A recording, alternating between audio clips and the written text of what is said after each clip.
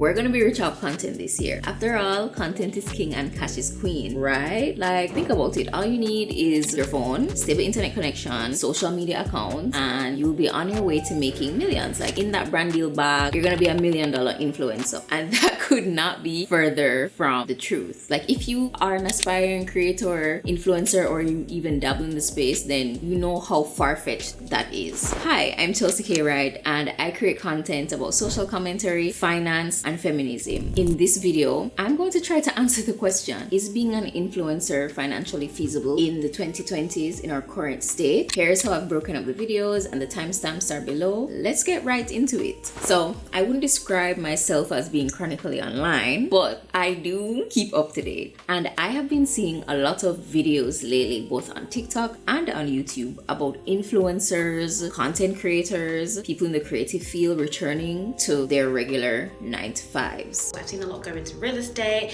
become receptionists, social media managers. I really just started craving like a stronger sense of stability. This is kind of in opposite to, I think, around maybe 2018, 2016, or even 2020. I think we saw like, I'm not gonna say a mass exodus, but quite a few people who got social media following and either quit their job or dropped out of college to pursue a career in social media and in influencing. I have been seeing a lot of TikTok videos about people explaining why they're returning to their 9-to-5, or people saying they're just flat out broke and they need a continuous stream of income, and that being an influencer wasn't as sustainable or as easy as they thought it would be. But before we dive in, let's take it back a bit to what an influencer is. And so I have pulled up the career guide on Indeed. This is what it describes an influencer to be. This is the job description. An influencer is someone who promotes certain products to their social media following. These social media professionals collaborate with brands and popular companies that want more recognition. And influencers usually test a company's products and encourage the audience to buy them or view their official website. It goes into breaking down some of the common duties of an influencer. So similar to how in a job description you'll have like the roles and responsibilities, here is that version for an influencer. 1. Post videos about products, create social media posts, attend influencer events, do all kind of like the logistics, emails, meetings, travel for brand deals, create content, videos, photos, and post that content online. So that is the job description of an influencer. And then it goes into how to actually become an influencer, and this is actually pretty good. I'm really shocked that Indeed has this. So let's get into what the average salary of an influencer is. I didn't know they had this. This was very interesting, seeing as how I know that influencers don't necessarily have like a specific salary, so they would be more than likely like a contractor. So this is interesting. Let's get into it. It says the national average salary of an influencer is about $116,000 per year, but the caveat is depending on your level of experience, your commission rates that you set, your social media following, the sponsored content that you get, website advertisement, and of course consistency with brand deals and marketing uploads. So basically that average isn't really an average, because they're saying that it's in congruence with how many followers you have, which we all knew. So that's the stage of what an influencer is. I think the key thing to call out here is what being an influencer truly boils down to, and it is marketing. Like, you are a marketer, but instead of traditional print, TV, and other forms of media, a person is the one that is marketing it to you. So the person via social media, so that person's brand is the avenue for that product to be seen, versus a billboard, TV commercials. So we know what an influencer is. Now let's get into a bit of the history. There were celebrities. I feel like celebrities were like the first influencers, but in the early 2000s is when the foundations of influencing kind of took its form. So YouTube was launched in 2005, and then it was from that, like around 2009, 2010, when we started to see blogging become popular. So using the internet to put your voice out there and have like a platform for yourself. And then Instagram being launched around 2010, providing another platform for people to not only post videos but post photos, thereby giving them the opportunity to have their own platform. So that's what kind of set the stage for influencers to even be able to cultivate like cult followings and have their own brands. Another era that I think is very important to mention are the late 2010s. So think 2015, 2016. I was 15. I was in high school, and back in Jamaica there weren't a lot of YouTubers, so there were only people who were making videos about things, maybe news or being funny or doing skits, but there weren't any media personalities other than celebrities. So in the late 2010s was when you started to see people brand themselves, their personalities, things they like to do, and that's when you got the lifestyle girls, so people doing vlogs and hauls, and then you had the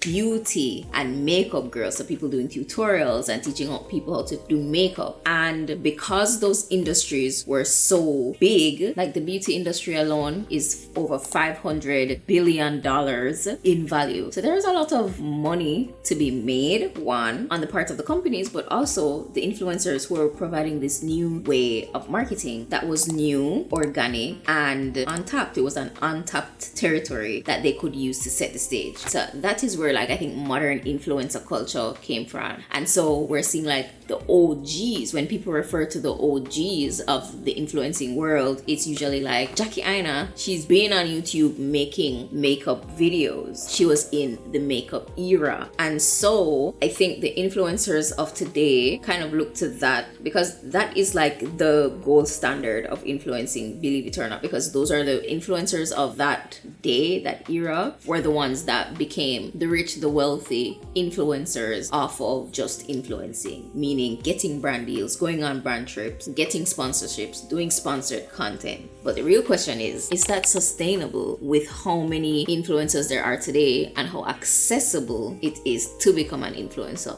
today?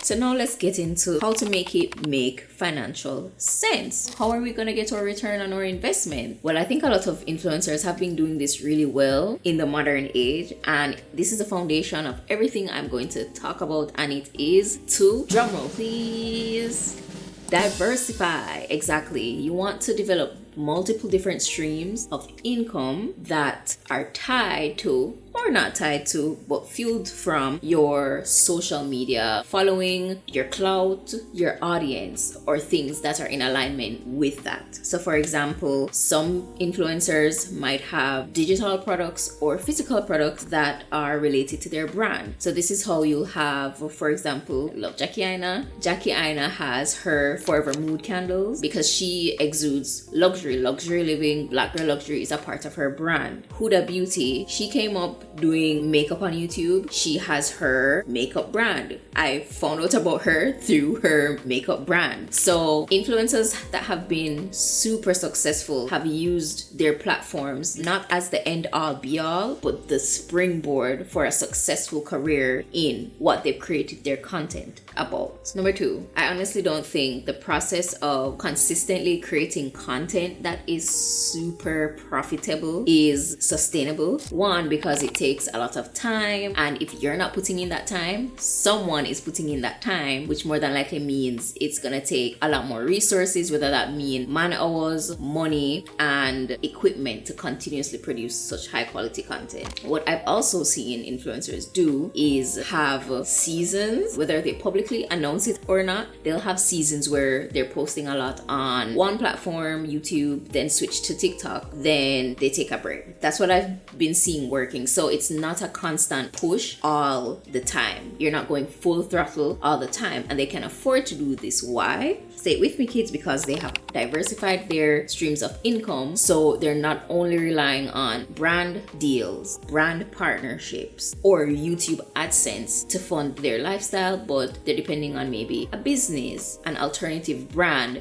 that is providing them income that is passive. Passive meaning it is not tied to them putting out a video or them investing the time to create something. Number three, I've also seen influencers use their content to pivot out of the influencer industry and pivot into industries that they actually want to get into. So there's this YouTuber that I used to watch. She has locks, and I don't think she makes content anymore because she's a writer now, and her name is Cheska Locks. Her content was the best. She leveraged her YouTube almost like a portfolio to pitch to different TV stations, networks, so on and so forth, to get her shows like produced. And I think that's such a great example of just using your content and using all this attention and great work that you have to your advantage. Do you want to become a writer? Do you want to become a producer? Is it Quinta Brown? This was the same way for the writer of Abbott Elementary. Like, we all remember seeing her on a viral Vine, but now she leveraged that to pitch a show, became a writer, became a producer, and now her show has like multiple Emmys. So I think being intentional about what you want to make content about, and then what your end game is going to be really beneficial, and it's probably the most powerful and profitable way to leverage your audience and your social media content. All in all, what I think we need to remember about being an influencer is that it's